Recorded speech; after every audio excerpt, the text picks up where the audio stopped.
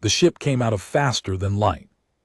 Travel with a shudder that rattled every bolt in its frame. Captain Alaros gripped the armrest of her command chair and watched through the main viewport as the stars stopped streaking and became still points of light again, and there, hanging in the blackness like a city made of glass and starlight, was Concord Station. It was bigger than anything humanity had ever built. The station stretched across hundreds of kilometers, a sprawling web of rings and towers and docking arms that glowed with soft light in every color Voss could name, and a few she could not. Ships of every shape moved around it like fish around a reef. Some were smooth and organic like living things. Others were sharp and geometric, built by minds that thought in straight lines and hard angles, and none of them looked like anything from Earth. Voss let out a slow breath. "Well," she said to no one in particular, "we're here." Behind her, Dr. Idris Offer leaned forward in his seat, his dark eyes wide with the kind of wonder that made him look 20 years younger. He was the chief xenolinguist aboard the UES Meridian, which was a fancy way of saying he was the person responsible for making sure humanity did not accidentally insult an alien species. In its first week among the stars, he had spent 30 years preparing for this moment. "It's beautiful," he whispered. "It's terrifying," said Lieutenant Commander Priya Chen from the navigation console. She was not wrong. The Galactic Concordance had been watching Earth for decades. Humanity had known about this for only the last 5 years, and ever since the Concordance had sent a formal invitation to join their alliance. Message had been simple, polite, and had caused every government on Earth to lose its collective mind for about 6 months before they finally agreed on a response. Now here they were, the youngest species ever invited to Concord Station. Over 4,000 alien civilizations had come before them, some of them hundreds of thousands of years old. Humanity, with his few thousand years of recorded history in its habit of setting things on fire, was the new kid walking into a school full of ancient scholars. The docking procedure took an hour. The Meridian was guided into a berth by automated systems that moved with a precision that made human technology look like it was held together with tape and hope. When the airlocks finally connected and the doors opened, a wave of air rolled into the ship. It smelled clean, almost too clean, with a faint sweetness underneath that Voss could not identify. Standing on the other side was their liaison. Ambassador Thelvan of the Sithari was tall, nearly 7 ft, with skin that looked like it was made of living crystal. Light moved beneath the surface of his body in slow shifting patterns, blues and whites and pale golds that pulsated gently like a heartbeat. His face was roughly humanoid, but smoother, with no nose and eyes that were large, deep, and the color of a winter sky. When he spoke, his voice was calm and measured, like water running over smooth stone. "Captain Voss," he said, and the translation device clipped to his chest turned his words into perfect English with only a slight delay. "To you, on behalf of the Galactic Concordance, I welcome humanity to Concord Station. We have waited a long time for this day." Voss shook his hand. His skin was cool and hard like polished quartz. "Thank you, Ambassador. We're honored to be here." Thelvan led them through corridors that were wide enough to fit a dozen humans walking side by side. Walls seemed alive, shifting in color and texture as they walked, responding to some system Voss did not understand. They passed aliens of every description. Creatures with too many legs, beings that floated in anti-gravity fields. Something that looked like a cloud of golden dust that rearranged itself into a vaguely polite shape as they passed. None of them looked at the humans with hostility, but Voss noticed something else in their gazes. Curiosity, yes, but also something careful, something watchful, the way a person might look at a new animal in a zoo before deciding whether it was safe. The welcome banquet was held in a hall so vast that the ceiling was lost in a soft haze of light. Hundreds of species were gathered, seated or standing or hovering at tables designed to accommodate every body shape imaginable. The food was served on platforms that adjusted to each species' needs. For the humans, the plates held something that looked and tasted remarkably like roasted chicken, which HFY found both impressive and slightly suspicious. Voss sat at the head of the human delegation, flanked by HFY and Chen. Around them, the noise of the banquet was a symphony of clicks, hums, whistles, and deep vibrations that Voss could feel in her chest more than hear with her ears. Translation devices worked overtime, so turning the chaos into a murmur of polite conversation. It was during the second course that it happened. HFY had been talking with a small furry delegate from a species called the Valisi. The creature was earnest and formal, explaining the proper way to address a concordance elder when it used a phrase that the translator rendered as one must always approach with the correct number of limbs extended. HFY blinked. I'm sorry, the correct number. What happens if you extend the wrong number? The Valenci delegate tilted its head. It would be considered a grave insult. When the Morvathi delegation first arrived 8,000 years ago, their ambassador extended 7 limbs instead of 6. It took 200 years to repair relations. HFY stared at the small creature for a moment, then he looked at Voss, then he looked back at the volley, and then he started laughing. It was not a polite, quiet laugh. HFY laughed the way he always did, with his whole body, his head thrown back, his deep voice booming out in waves of pure, uncontrolled joy. It was the kind of laugh that was impossible not to respond to. Chen snorted into her drink. Voss tried to keep a straight face and failed completely. Within seconds, the entire human delegation was laughing, some of them wiping tears from their eyes, the sound rolling out across the banquet hall like thunder. And then the hall went silent, not the gradual silence of a room losing interest. This was instant, total. Every sound stopped.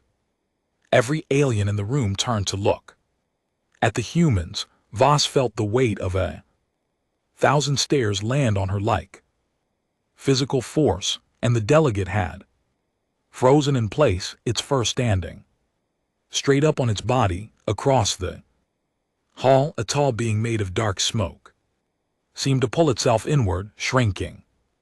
A group of insectoid creatures at a nearby table had stopped moving entirely, their mandibles locked open. The translation devices throughout the room flickered and buzzed as if they could not process what they had just heard. Then a Cathari delegate, slender being with pale, almost translucent skin and large black eyes, made a sound like a broken bell and collapsed sideways out of its chair. 2 other Cathari rushed to help, their hands trembling. Voss stood up slowly. The laughter had died in her throat. What just happened? she said quietly. No one answered. The aliens were not looking at the humans the way they had before, with cautious curiosity, or they were looking at them with something much older and much deeper. They were afraid. The banquet ended within minutes. Telvan appeared at Voss's side and took her arm. With a grip that was gentle but insistent, he guided her away from the hall and into a smaller room, a private chamber with walls that dimmed to a soft gray as the door closed behind them. His crystalline skin had changed. The warm blues and golds were gone. He was pale, now almost colorless in the light. Beneath his surface pulsed in quick, uneven patterns. Voss had spent enough time studying Satari body language to know what that meant. He was not just uncomfortable, he was deeply, genuinely frightened. Captain Voss, he said, and his voice was no longer smooth. There was a crack in it, a fracture in that careful calm. I must ask you something, and I need you to answer me honestly. Of course, the sound your species just produced, the vocalization. What was it? Voss frowned. We were laughing. Thelvan repeated, as if testing the word for hidden edges. Yes, it's something humans do when something is funny, when something surprises us in a good way, or when something is absurd, or when we're happy. It's completely normal for us. Thelvan stared at her for a long time. The light in his skin dimmed further until he was nearly dark. Then he looked away and said nothing. Voss waited. She had commanded warships and negotiated peace treaties and stared down political enemies without blinking, but the silence in that room and the look on Thelban's face made something cold settle in her stomach. Ambassador, she said, what's wrong? I cannot explain tonight, he said finally, but I must ask you and your crew to return to your ship for now. I will come to you in the morning. Please trust me when I tell you that this is very important. Voss agreed. Because she had no other choice, she gathered her crew and walked back to the meridian through corridors that now felt very different. The aliens they passed did not watch them with curiosity anymore. They moved aside. They created distance. One species, a group of beings that looked like walking trees, physically turned away as the humans passed, pressing their bodies against the wall. Back on the ship, Voss sat alone in her quarters and opened the communication logs. Standard procedure after any diplomatic event was to check for any formal messages from the concordance. There was one message. It was flagged with a classification code that Voss had to look up in the concordance database they had been given. When she found it, she read the description 3 times to make sure she understood. Class 7 behavioral monitor, applied to pre-war civilizations exhibiting signs of imminent destabilization or potential for mass violence. The galactic concordance, the time it had taken the humans to walk back to their ship, had classified them at the same threat level as civilizations on the edge of genocide. Because they had laughed, Voss closed the screen. She sat in the dark for a long time, listening to the hum of her ship around her, and tried to understand what kind of galaxy they had just walked into. Outside, Concord Station continued to turn slowly in the starlight, beautiful and vast and suddenly deeply unfriendly. Orthovan did not come in the morning. He did not come for 3 days. During that time, the human delegation was confined to a section of Concord Station that included their docking berth, a small recreation area, and a viewing gallery that looked out over one Of the station's many garden rings, it was polite confinement. The food was excellent. The quarters were comfortable, but there were guards at every exit point, tall beings in dark armor that did not respond to conversation, and the corridors that had been open to the humans before were now sealed behind energy barriers that hummed softly when anyone got too close. Captain Voss handled it the way she handled most things.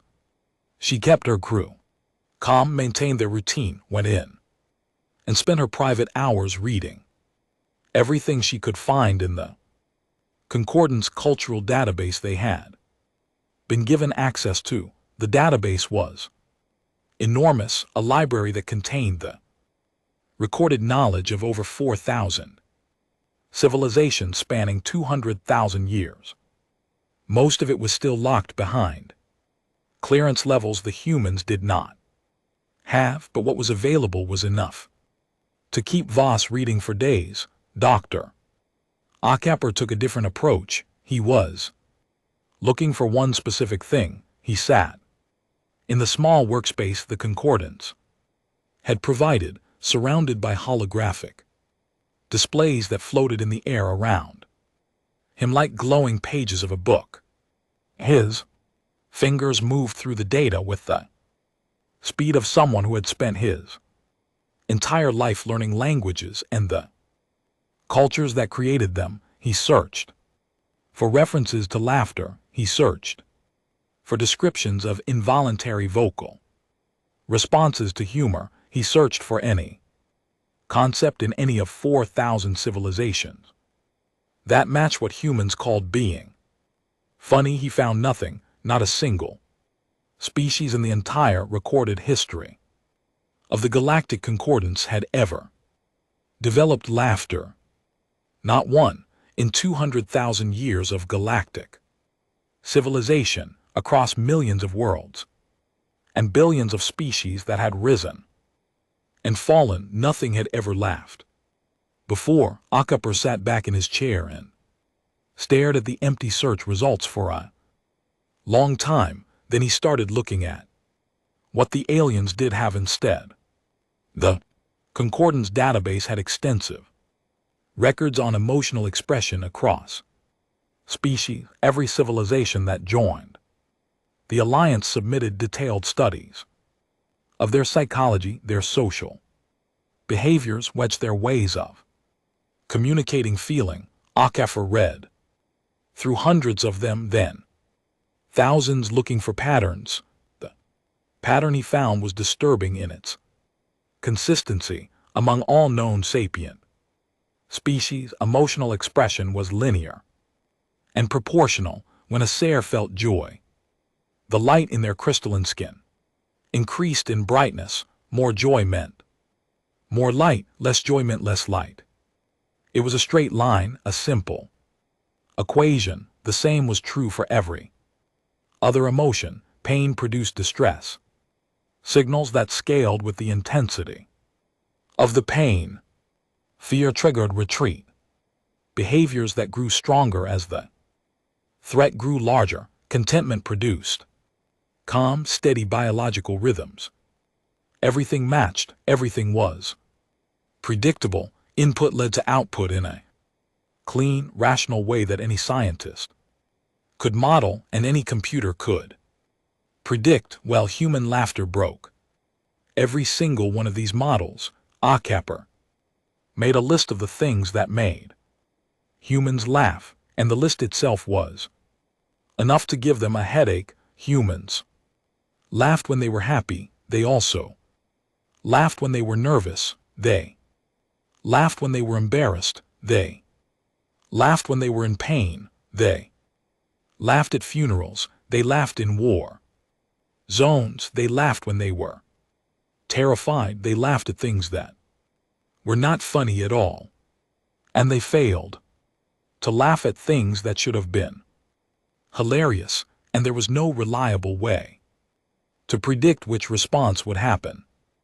In any given situation, laughter was involuntary. It could not be fully Controlled, it was contagious, spreading from person to person in a way that bypassed rational thought entirely. It was acoustically complex, one combining elements of breathing, vocalization, and muscular contraction in a pattern that was unique among all known biological sounds, and most critically, it often occurred in direct response to danger, suffering, failure, and death. HFY understood now why the aliens had been afraid. From their perspective, laughter must have looked like madness. On the fourth day, Thelvan finally returned. He arrived at the human quarters looking tired, which for Satari meant that the light in his skin moved sluggishly, and his normally smooth surface had developed faint hairline cracks along his arms and neck, stress fractures.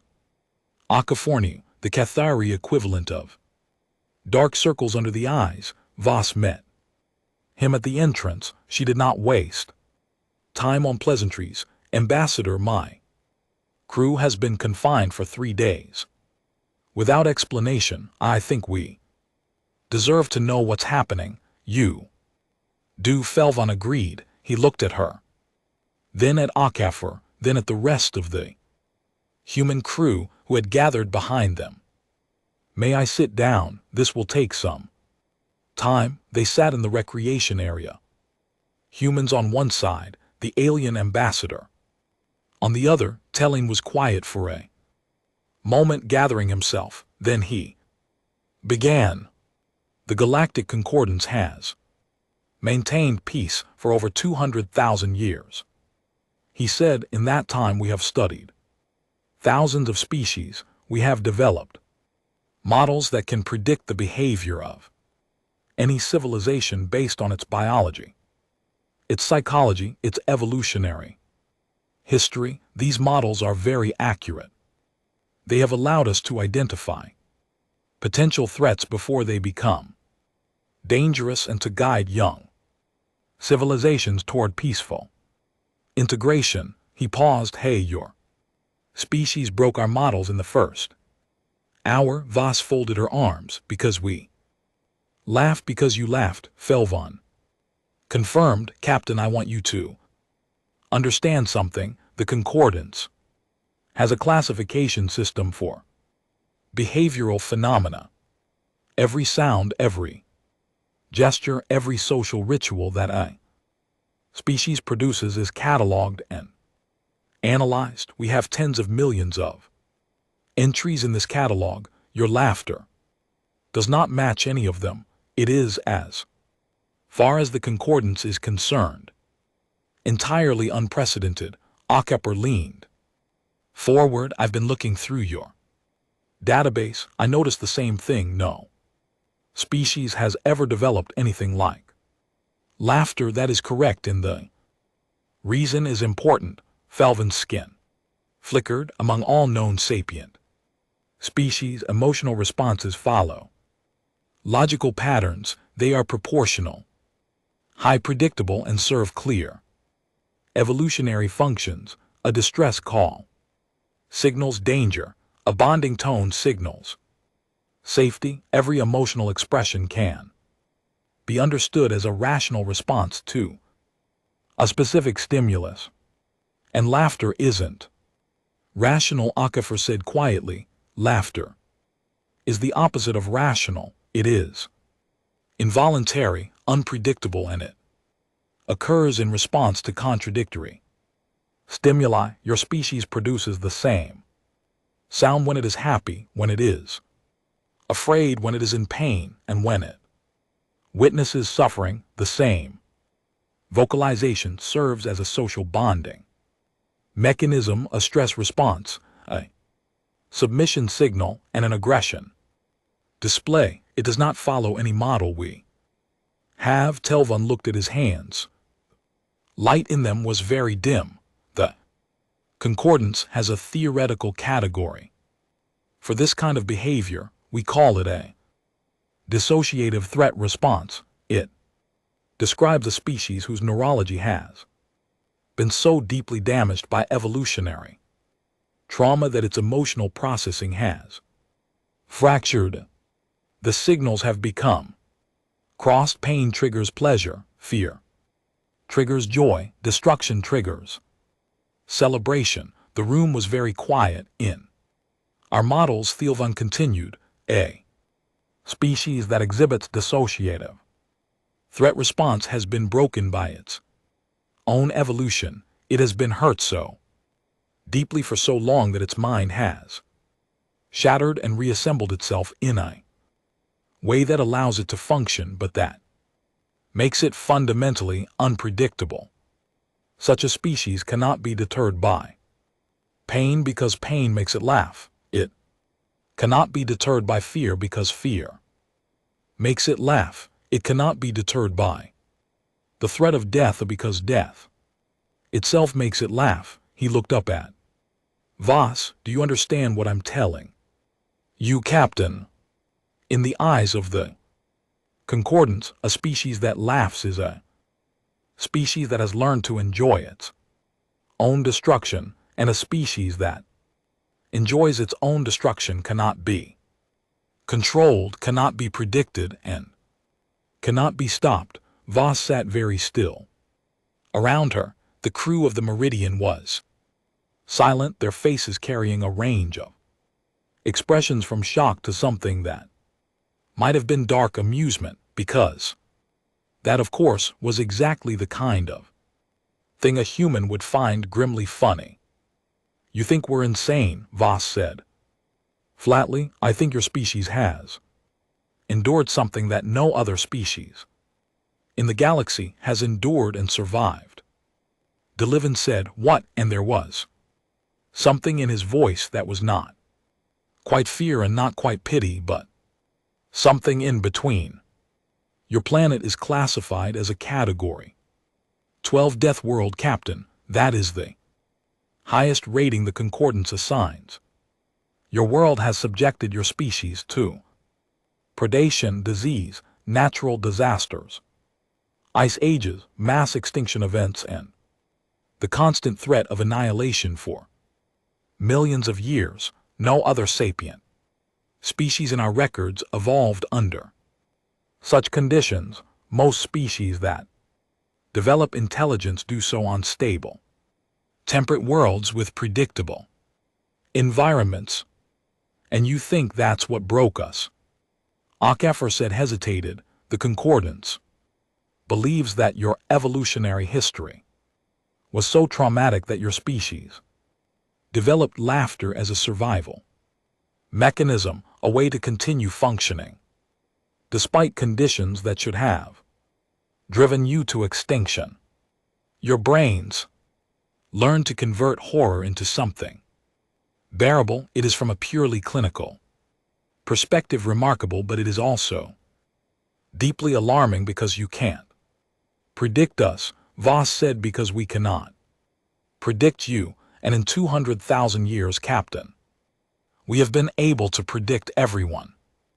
Another silence filled the room. Akepper watched the light move slowly through Thielvan's skin and thought about the look on the Cathari delegate's face just before it collapsed at the banquet. He thought about the way every alien in that hall had frozen when the humans laughed. He thought about 4,000 civilizations, ancient and powerful and wise, all united by one thing they had in common. They were all, every single one of them, ain't afraid of a sound they had never heard before. What happens now? Voss asked. Delvan's skin cracked a little more along his neck. He was quiet for a long moment. Then he said, Overseer Raketh has called a special session of the full conclave. Every delegation has been summoned. This has not happened in over 6,000 years.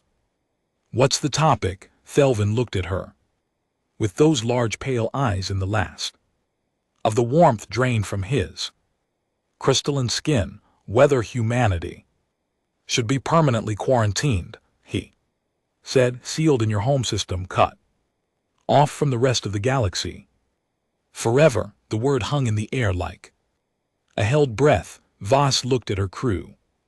She looked at HFY, who met her eyes with a steadiness that she was grateful for. She looked at Chen, who had gone pale but whose jaw was set in a hard line. She looked at the rest of them, these strange, loud, laughing creatures from a death world who had somehow clawed their way to the stars only to be told that the stars were afraid of them. Then she looked back at Thelvon. When is the session? She asked. Tomorrow. Voss nodded once. She stood up, straightened her uniform, and took a breath. Then I suppose we'd better figure out how to explain a joke to 4,000 civilizations that have never heard one. Thelvon stared at her. You find this situation amusing? Voss smiled, and it was the kind of smile that did not reach her eyes, but that held something hard and unbreakable at its core. Ambassador, if I couldn't find this funny, I'd have to find it terrifying, and I think you've had enough terrified species for 1 week.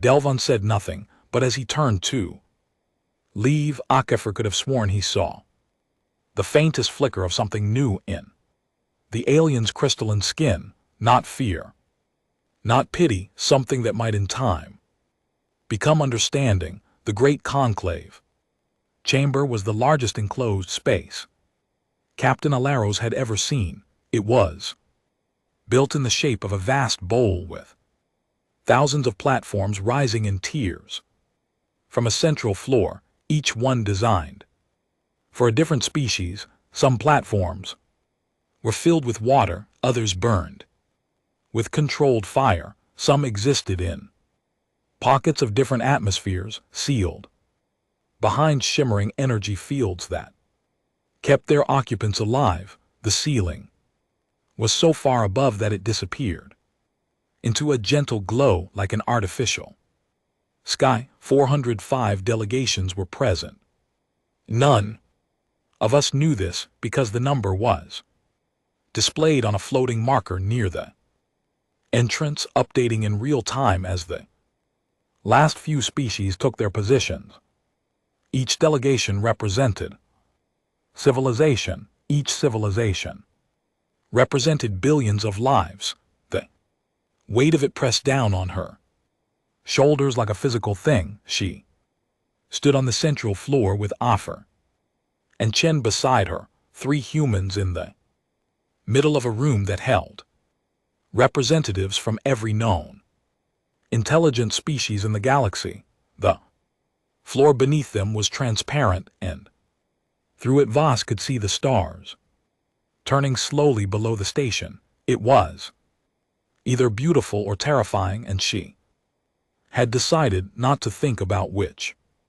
Overseer Reth of the Dravani presided over the session from a raised platform.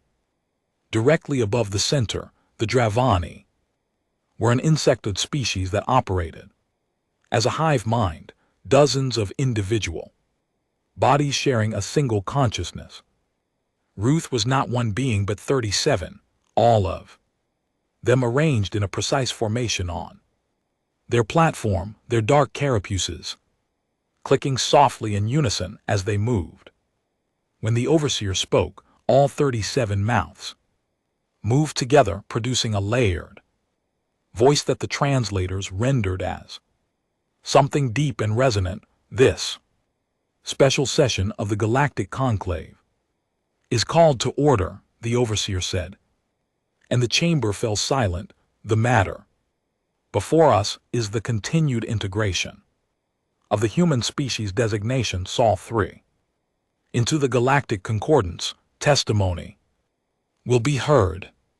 A vote will be taken. Let us begin. The first to speak were the Cathari. Their delegate rose from a platform near the top of the chamber.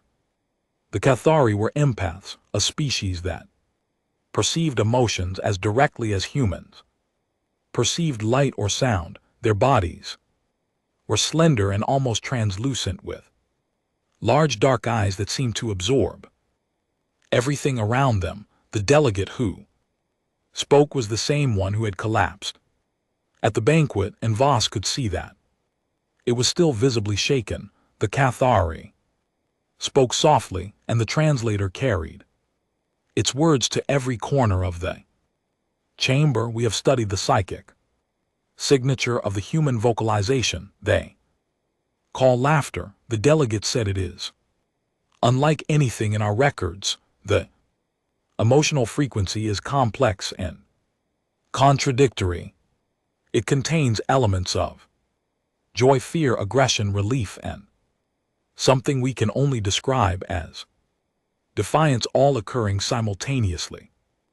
In our experience, there is only one other known psychic signature that combines aggression and pleasure in this way. The delegate paused. The chamber waited. It is the signature we call battle ecstasy. It was found only in the crash, a predator species that existed 9,000 years ago. The crush experienced intense pleasure during acts of violence. They could not be reasoned with. They could not be deterred.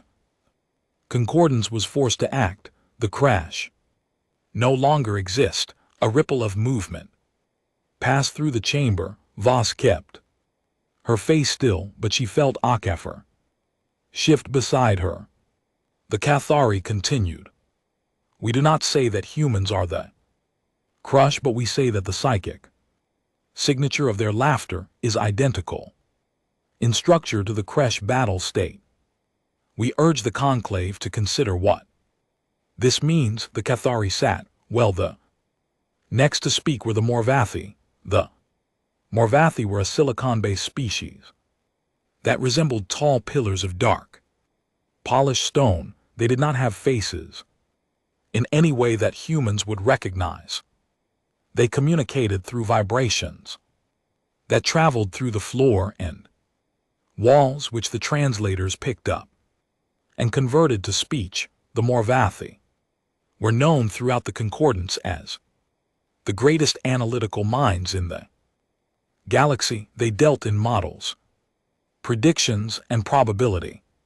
Their representative vibrated, and the translation came through flat and emotionless. We have run 742 predictive models on the human species based on the behavioral data collected during their arrival. In all models, a species that exhibits involuntary pleasure, responses to pain, danger, and death has a 0% probability of long-term peaceful coexistence with other civilizations. This is not an opinion. This is a mathematical certainty. The Morvathi paused, then continued. The reason is simple. Deterrence is the foundation of galactic peace. Species refrain from harmful action because those actions carry consequences that cause suffering. Species that convert suffering into pleasure cannot be deterred by consequences. It is by definition immune to the mechanisms that maintain peace. Such a species will inevitably become a threat. More movement in the chamber. Voss noticed that many of the alien delegations were leaning forward, nodding or making their species-specific gestures of agreement. The Morvathis numbers were clean and cold and convincing. 0%. That was not a number that left room for argument. 3 more species testified. A gaseous collective called the Nth described how human laughter had disrupted their chemical communication. For hours after the banquet, a species of tall, quiet beings called the Sorathi presented historical evidence that every species in the concordance's records that had developed unpredictable emotional responses had eventually become violent. A small insect-like race called the Vel simply stated that they were afraid of the humans and wished them to be removed. Through all of it, Voss stood still and listened. She had been a soldier before she was a captain, and she knew when a battle was going badly. The room was turning against them. She could feel it, not with the Cathars' empathic sense, but with the plain human instinct that came from years of reading people. The fear in this room was real, and it was growing. Finally, Overseer Reich turned its 37 bodies toward the center floor. The human delegation may now speak, the overseer said. Voss stepped forward. Transparent floor beneath her showed the stars. 4,000 civilizations looked down at her from every direction. She was aware in a way that she felt in her bones that the next few minutes might determine whether humanity would reach the stars or be locked away forever. She had prepared a speech. Akapper had helped her write it, full of careful diplomatic language and references to humanity's peaceful intentions and its desire for cooperation. It was a good speech. It was reasonable and logical, and exactly what the concordance would expect. She threw it away. I want to tell you a story, she said. The chamber was silent. In the year 2031, a human pilot named Yuki Tanaka was flying a test mission in low Earth orbit. She was alone in the spacecraft. 18 minutes into the flight, a micrometeorite struck her oxygen line. She had about 7 minutes of air left, and she was too far from any rescue. She knew she was going to die. Boss paused. She looked around the chamber at the thousands of alien eyes and sensors and receptors trained on her. Yuki Tanaka spent the first 2 minutes trying to fix the line. When she realized she could not, she spent the next minute contacting mission control to report the situation and transmit her flight data so it could be used to save future pilots. And then, with 4 minutes of air remaining, as she turned her camera to face the viewport, Voss took a breath. Outside her window was the Earth, the Pacific Ocean, the curve of the atmosphere, the light of the sun on the clouds. She looked at it for a long time, and then she laughed, not because she was happy, not because she was insane. She laughed because she was a human being looking at the most beautiful thing she had ever seen, and she was about to die, and the only thing she could think to say was, Voss's voice was steady, but something in it had changed. Something had gotten through the armor. Her last words were, well, that's a hell of a view. The chamber was absolutely still. She died 4 minutes later, and when mission control released the recording, billions of people on Earth heard it. And do you know what they did? She looked up at the Cathari delegate. She looked at the Morvathi. She looked at the Vil, who were trembling on their platform. They laughed and they cried at the same time, because that is what laughter is. It is not madness. It is not bloodlust.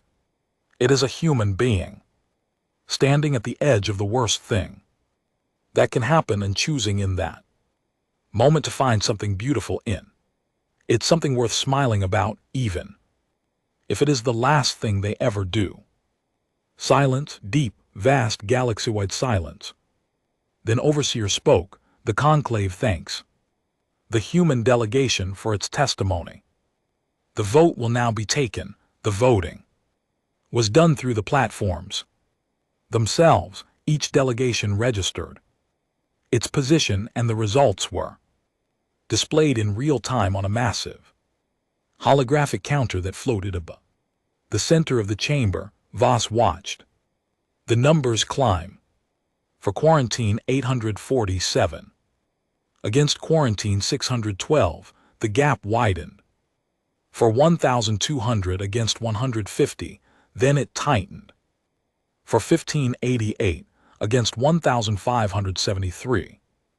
Species after species cast their votes, and the two numbers climbed together, like runners in a race that neither could pull away from. When the count reached the final tallies, Voss had to read the numbers twice to be sure. For Quarantine 2011 against Quarantine 1994.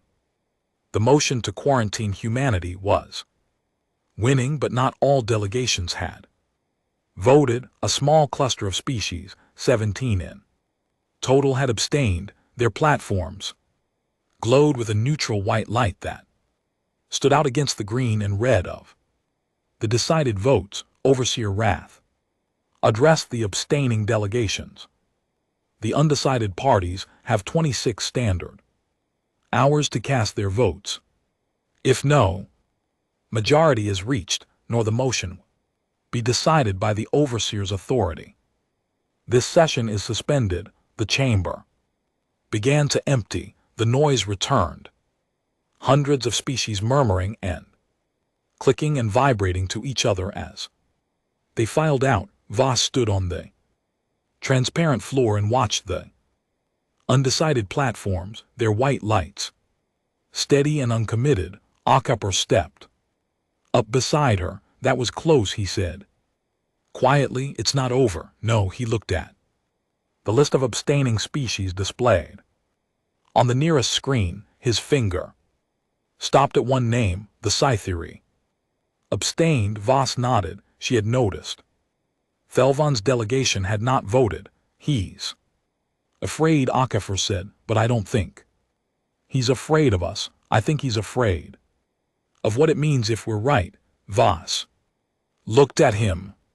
What do you mean? Acapher stared at the undecided platforms in those small points of white light in a sea of green and red, and something thoughtful moved behind his eyes. If laughter isn't madness, he said slowly, if it's actually something valuable, something useful, something that helps a species survive, then the concordance has to ask itself a very uncomfortable question, which is. Acapher turned to her, and his face was serious in a way she rarely saw. Why didn't any of them develop it? What does it mean that 4,000 civilizations in 200,000 years never learned to laugh? What did they lose by never needing to? And what is it costing them right now today that they don't even know about?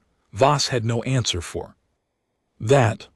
But somewhere on Concord Station, in a private chamber, Ambassador Thelvan sat alone in the dark with cracks spreading slowly across his crystalline skin, thinking the very same thing. It was the middle of the station's artificial night when Thelvan came to the human quarters. The quarters were dim, lit only by the soft bioluminescent strips that lined the floors, and the ambassador moved through them like a ghost. His crystalline skin was dark, giving off almost no light at all, and the cracks that had formed along his arms and neck had deepened. He looked, Acapher thought when he opened the door, like something that was slowly coming apart. Dr. Acapher, Thelvan said, I apologize for the hour. May I come in? Acapher stepped aside without a word.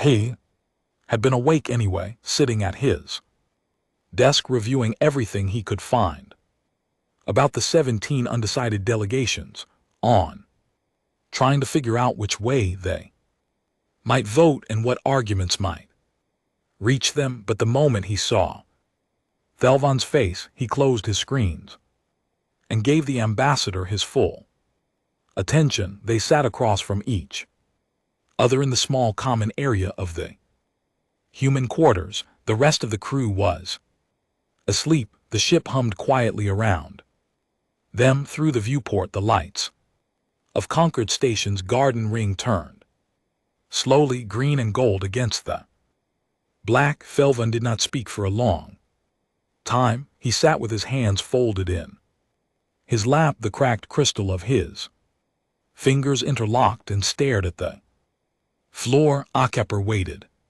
He had learned long ago that the most important conversation started with silence.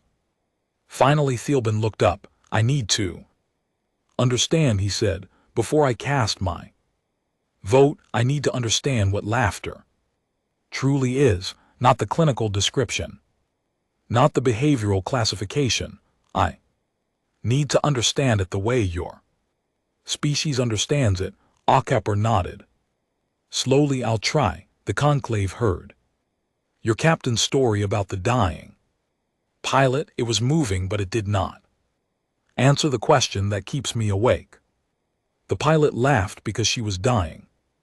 How does a mind produce joy in the presence of death? Where does that response come from? Akepper leaned back in his chair and thought about how to explain something that was as natural to him as breathing to someone who had never taken a breath. Let me start at the beginning, he said. A long time ago, before humans had cities or language or tools, we were prey. We were small, slow, weak creatures living on a planet that was trying to kill us in every way imaginable. Predators hunted us. What diseases ravaged us? Weather froze us and burned us. Ground opened up and swallowed us. Every single day was a fight to survive. Thielban listened, his skin flickering faintly. Now most species that face that kind of pressure either adapted physically, growing bigger, faster, stronger, or they went extinct. Humans did something different. We adapted. Socially, we formed groups. We survived. Not because any individual was strong enough to fight a predator, but because we worked together. The group was everything. If you were alone, you died. If you were with your people, you had a chance. This is consistent with our records of your evolution, Thielban said. Right, but here's the part your records don't capture. Living in groups under constant threat creates a specific problem, stress, fear, trauma. If a group of early humans just survived a predator attack, if they watched one of their own get taken, if they spent hours running in terror through the dark, their bodies would be flooded with chemicals that cause pain, panic, and paralysis. If those chemicals stayed active, the group couldn't function. They couldn't hunt, they couldn't gather food, they couldn't protect their young. The stress would destroy them as surely as the predator would. Akepper leaned forward.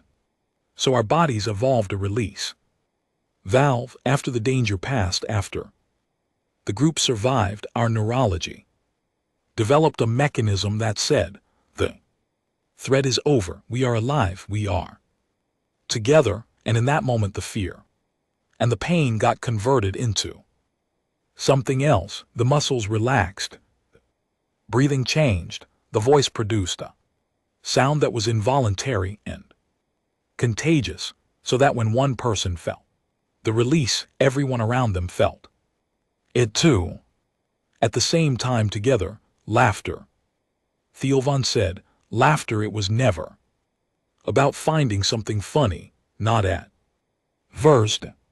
It was about surviving something terrible and telling your group through a sound that couldn't be faked or controlled that you were still alive and still together. It was a signal that said the worst has happened and we are still here. Thielban was very still.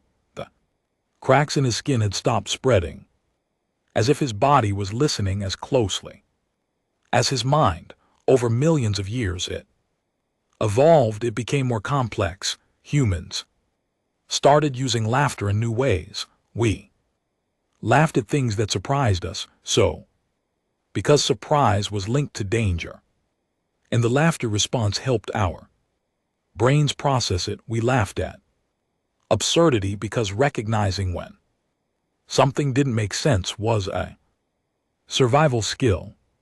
We developed humor, which is really just the art of setting Up an expectation and then breaking it, in a way that triggers that ancient release response and the dark humor. Your captain mentioned the laughter in the face of death. Akepper smiled in. There was something old and deep in that smile. That's the purest form of it. When a human laughs at death, they're not enjoying it, they're defying it. They're saying, you can take everything from me, but you cannot take this. You cannot take my ability to find something, anything, even in the worst moment of my life. That makes me feel connected to the people around me. That makes me feel alive. He paused. Laughter isn't a sign that we're broken, Ambassador. It's the reason we didn't break. Every other species on our planet that faced what we faced either grew armor or grew claws. We grew the ability to look at the darkness and refuse to let it consume us, not by ignoring it, not by pretending it wasn't there, but by transforming it into something we could carry together. The room was quiet, except for the hum of the ship. Delvon sat motionless, his large pale eyes fixed on Akepper's face. The light in his skin had begun to move again, slowly, in patterns Akepper had not seen before. Not the calm blues of contentment or the dim grays of fear. Something new. Something searching. There is something I have not told you, Thelvon said at last. His voice was different now. Oh. The diplomat's polish was gone. What remained was raw, unguarded, almost fragile. Something about my own people. Akepper said nothing. He just waited.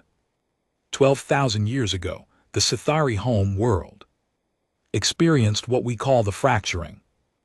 A gravitational anomaly destabilized our star. Over the course of 3 centuries, our world was torn apart.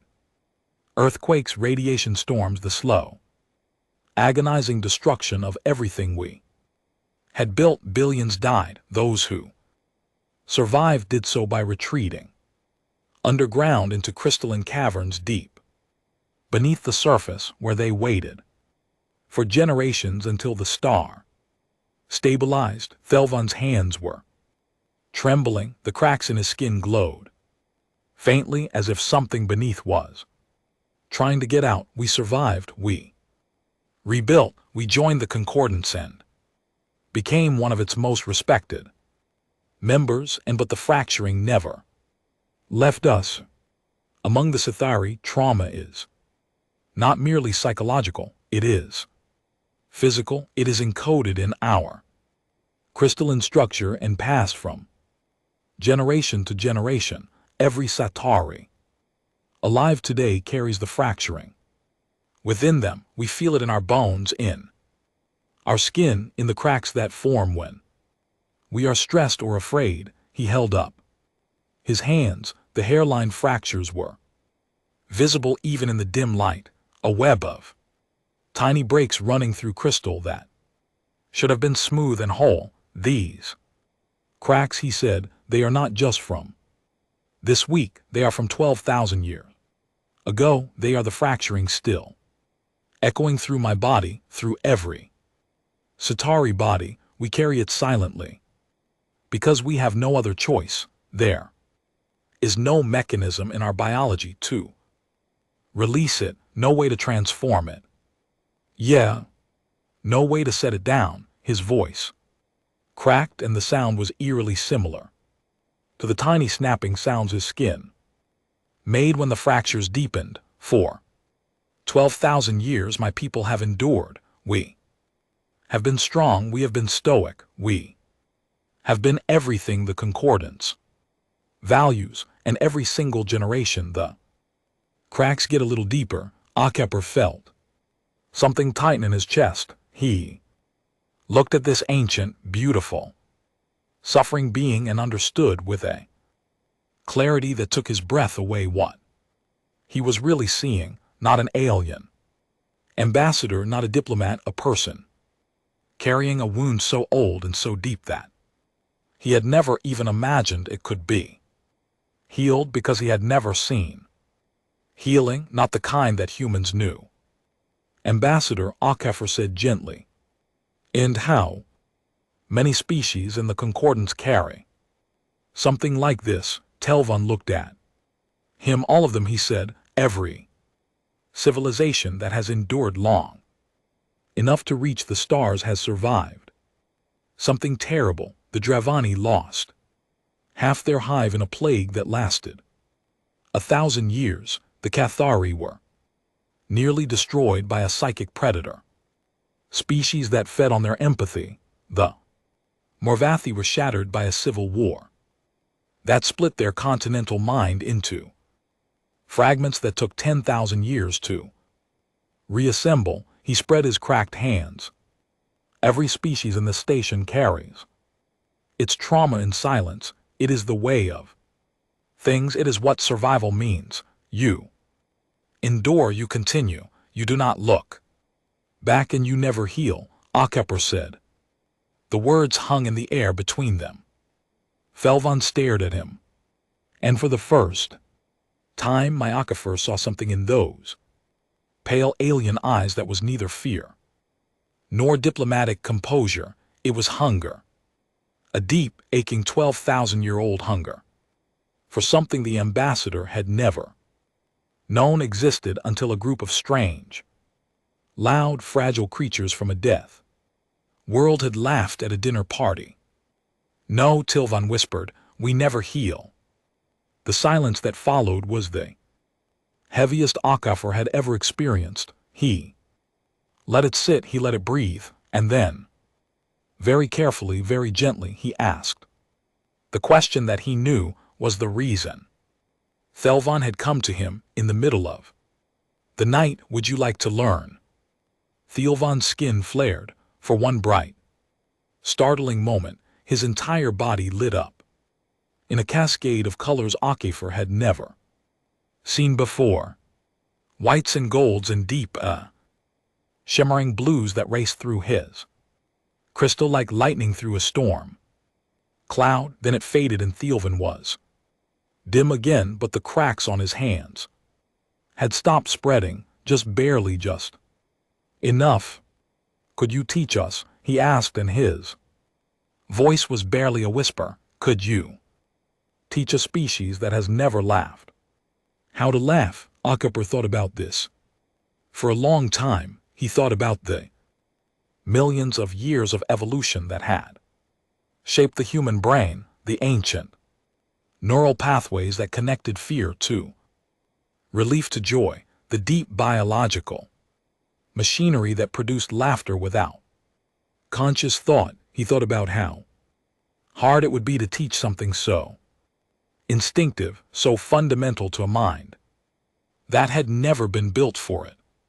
Then he thought about a crystal in hand, cracked and trembling, reaching across 12,000 years of silent suffering to ask for help. I don't know, he said, honestly, but I know this much. On our world, there's a saying, laughter is the best medicine. It's old and it's simple, and most humans treat it like a cliché.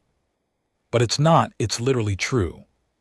Laughter heals physically, chemically, neurologically. It reduces stress hormones, it strengthens immune systems, it repairs social bonds that trauma has broken. It works, Ambassador, it works.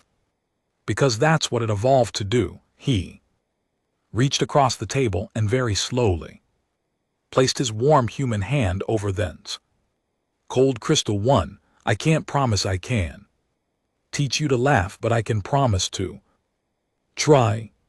And if there's one thing humans are good at, it's trying things that should be impossible and being too stubborn to stop. Telvan looked at the human hand on his, warm on cold, soft on hard, flesh on crystal, two species that could not have been more different, separated by biology and evolution, and 12,000 years of accumulated pain. And for the first time in his long life, Telvan felt something he did not have a word For it was not joy exactly, it was not relief, it was smaller than that and more fragile and more precious. It was the first faint tremor of a crack.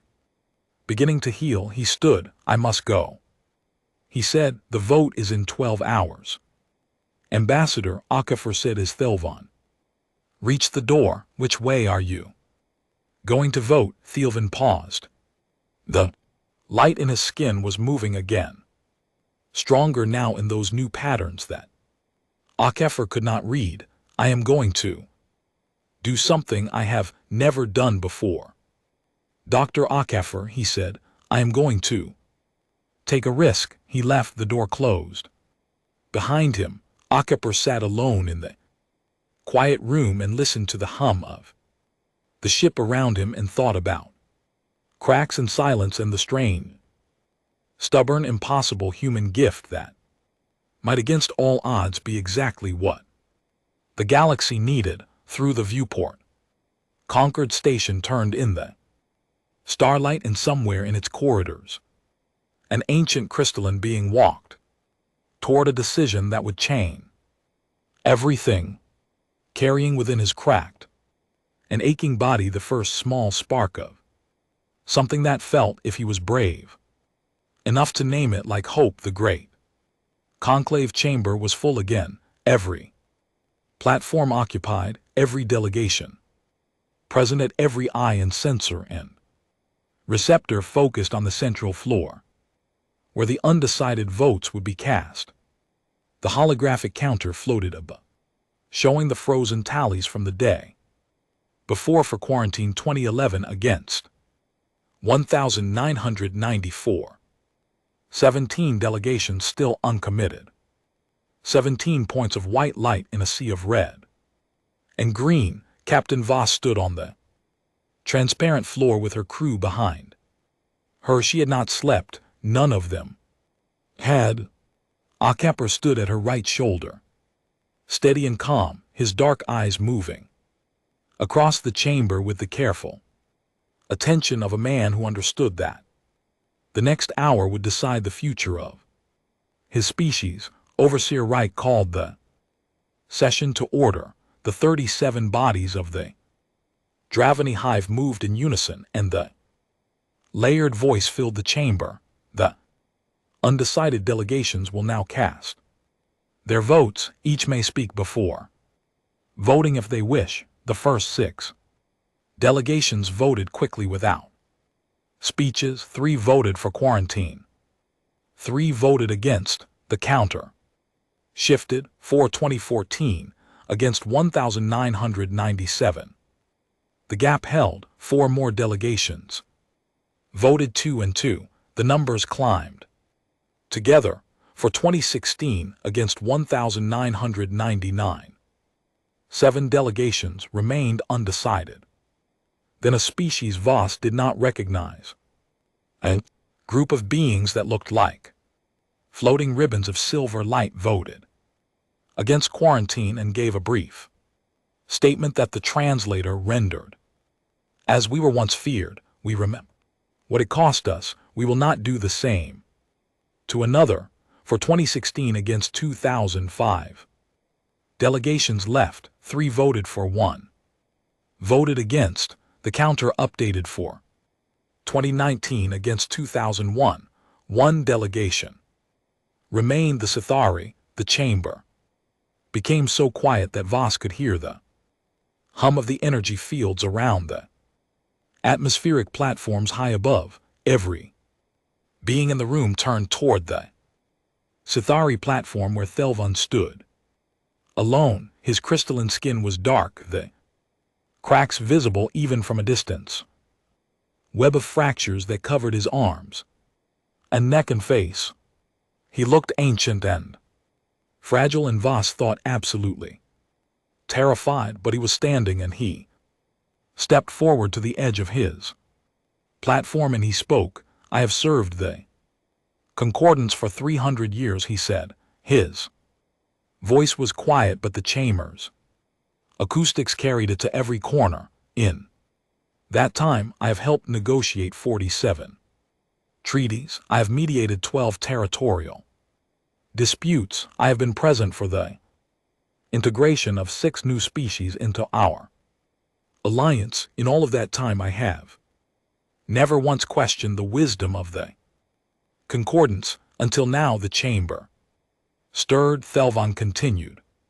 We have heard testimony that human laughter is dangerous, that it matches the psychic signature of extinct predator species, that it breaks our predictive models, that a species which laughs at death cannot be controlled. All of this is true. I do not dispute the data. I do not challenge the models. He paused, and the light in his skin flickered like a candle in a draft. Instead, I want to ask this conclave a question that I believe none of us has ever thought to ask, not in 200,000 years. He looked out across the vast chamber at the thousands of delegations, the countless species that had built the greatest alliance the galaxy had ever known. What has our silence cost us? No one moved.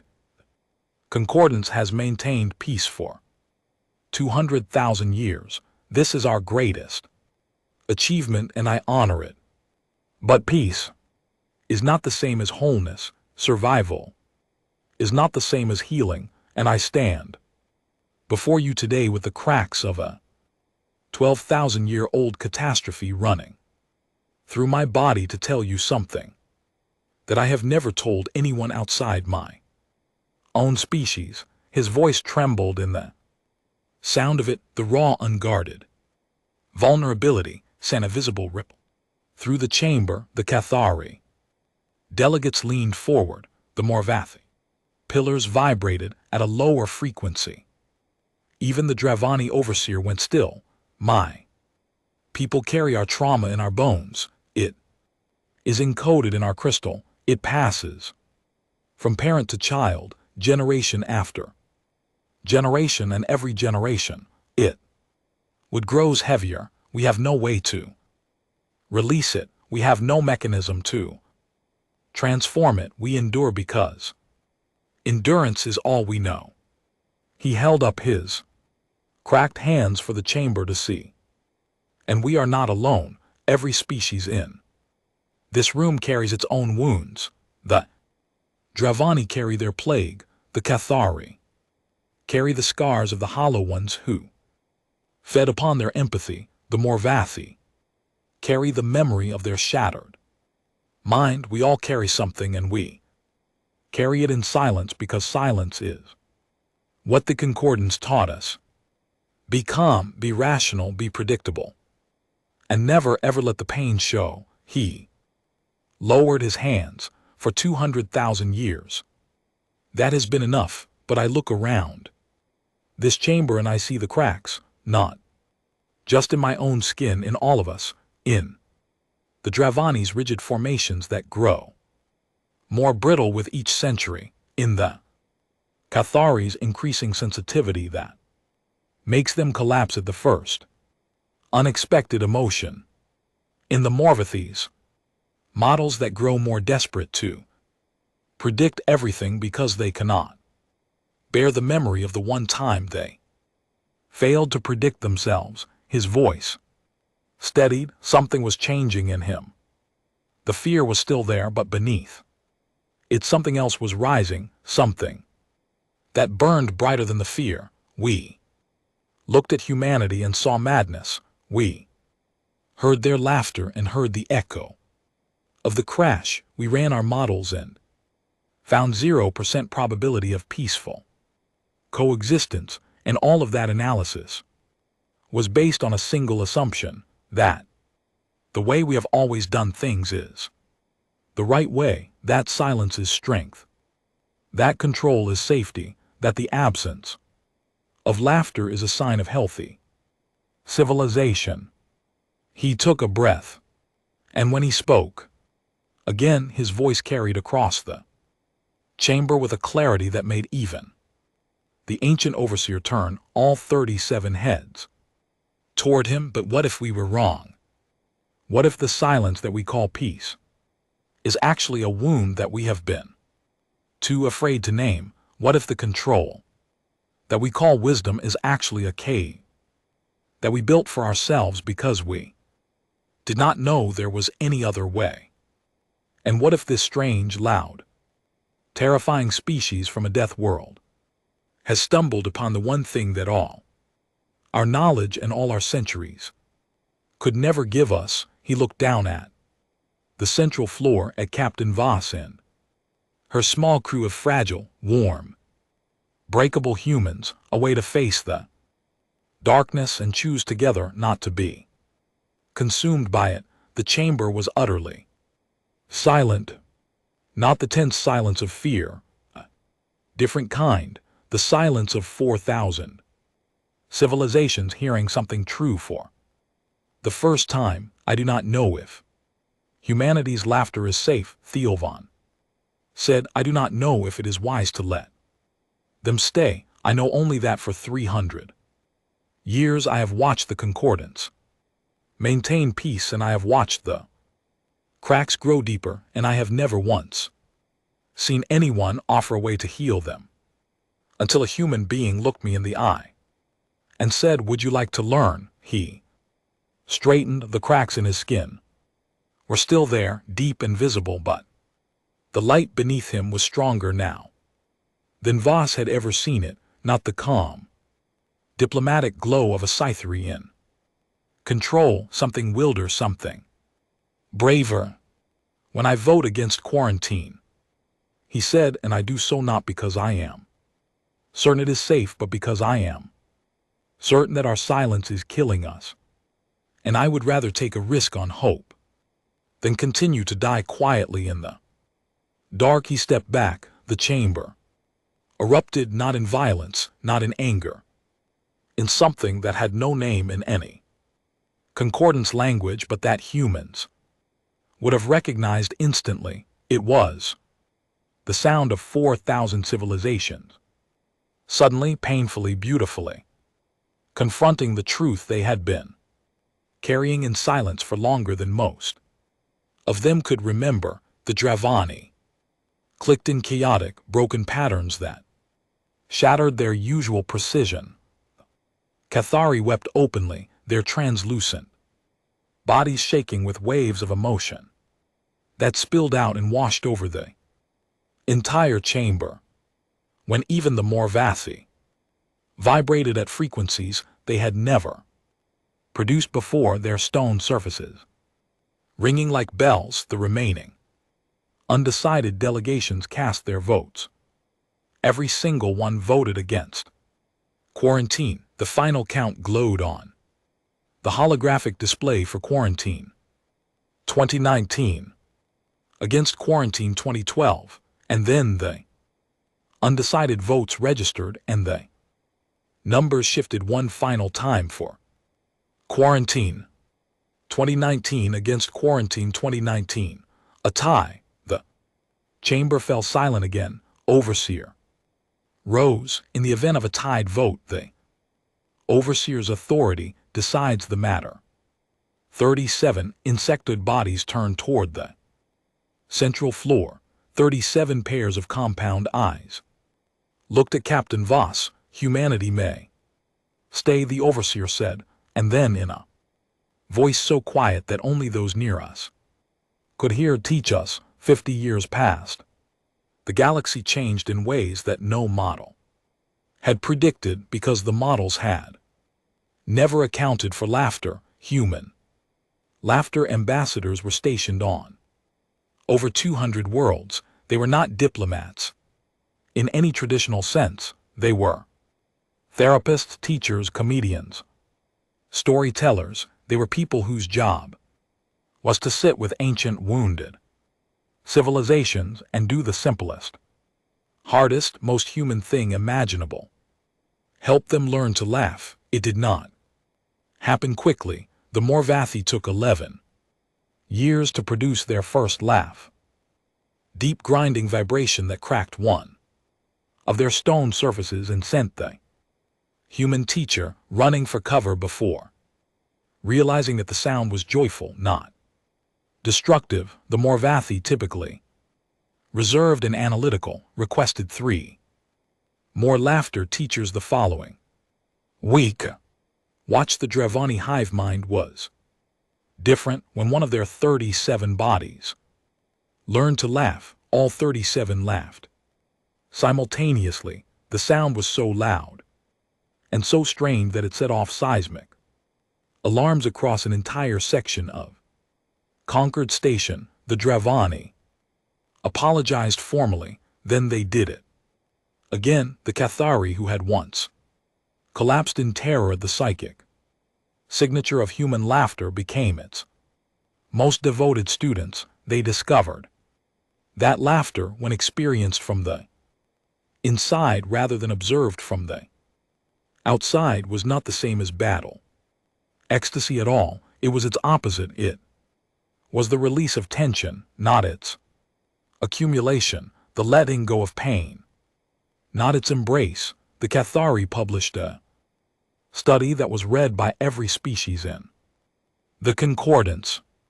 Its title roughly translated, "When was the sound we feared was the sound we needed," on the Cathari home world, deep in the crystalline caverns where their ancestors had once sheltered from the fracturing. A generation of young Cathari gathered in circles and tried to laugh. Their attempts were awkward and strange, more like the sound of ice breaking than anything a human would recognize. But when they did it together, in groups, their crystalline bodies resonated with each other, and the sound became something beautiful, a shimmering, ringing chorus that echoed through the caverns, and for the first time in 12,000 years began to fill the cracks. And on Concord Station, on a quiet evening, 50 years after the vote that changed everything, an old woman sat on a bench on the observation deck and waited for a friend. Captain Aravas, long retired. Amri looked thinner than she once had. Her hair was white and her hands were spotted with age, and she walked with a cane that she pretended she did not need, but her eyes were the same, sharp and warm and full of the kind of humor that time could not diminish. Thelvan arrived slowly. He was old too by Scythery standards, his crystalline skin clouded in places, the light within him dimmer than it had been half a century ago, but the cracks that had once covered his body had changed. They were still there, faint lines running through his crystal, but they no longer looked like damage. They looked like the veins of gold that ran through ancient stone, the marks of something broken that had been made whole in a way that was more beautiful than the original. He sat beside her. For a while they said nothing, and just watching the stars turn beyond the viewport. "I have something for you," Voss said finally. She reached into her pocket and pulled out a small data chip. "It's a collection of every terrible joke offer ever told. He recorded them before he retired last year. Said you'd appreciate them." Thelvan took the chip and held it in his translucent fingers. "Dr. Okafor's jokes were never funny. I know that's what made them funny." Thelvan considered this. His skin flickered, and then slowly, imperfectly, with a sound like wind chimes caught in a storm, he laughed. It was not a human laugh. It was broken and strange and crystalline, a sound that no other species in the galaxy had ever produced before. A human had shown them how. It cracked and rang and shimmered in the air of the observation deck, and it was without question the worst laugh Voss had ever heard. She grinned. "That's terrible." Thelvan's skin glowed brighter than it had in years, light racing through the golden cracks of his crystal in patterns that were wild and uncontrolled and utterly new. "Then why are you smiling?" Voss looked at her old friend, this ancient, cracked, luminous being who had once been so afraid of a sound that he had nearly voted to lock an entire species away. She looked at the golden light running through his scars, and she felt something rise in her own chest. Something warm and old and unbreakable. Because it means you're going to be okay, she said, outside the viewport.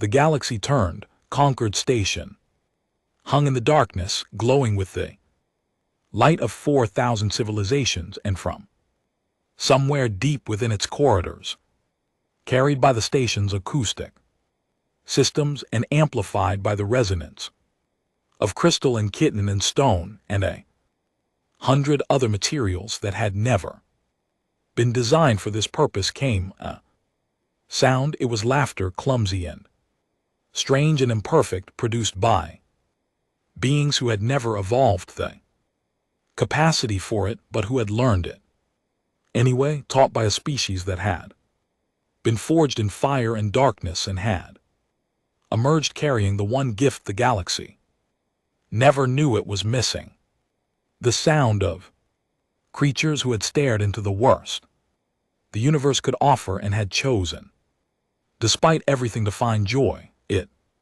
echoed through the station, it rippled out into the dark, and the galaxy, ancient and vast and wounded, began slowly at last to heal.